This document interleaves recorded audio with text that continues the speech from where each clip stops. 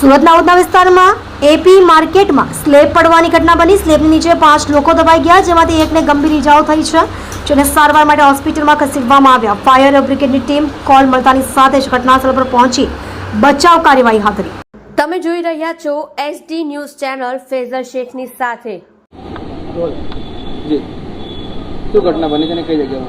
જી આ ઉધના વિસ્તારમાં APR market છે, ત્યાંની ઘટના છે. ત્યાં બીજા અને ત્રીજા માળે સ્લેબ પડી ગયો છે.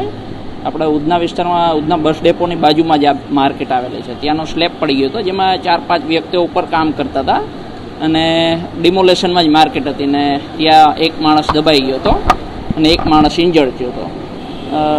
કાફી જહેમત બાદ અમે લોકોએ એક માણસને કાઢ્યો અને સહી સલામત છે અત્યારે અને સિવિલ હોસ્પિટલ હાલે એને લઈ ગયેલા છે. કેટલા વાગે કોલ મળેલો ફાયરનો?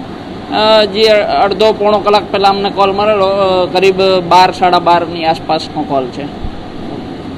એમ્બ્યુલન્સ લેટ આવી છે શું છે?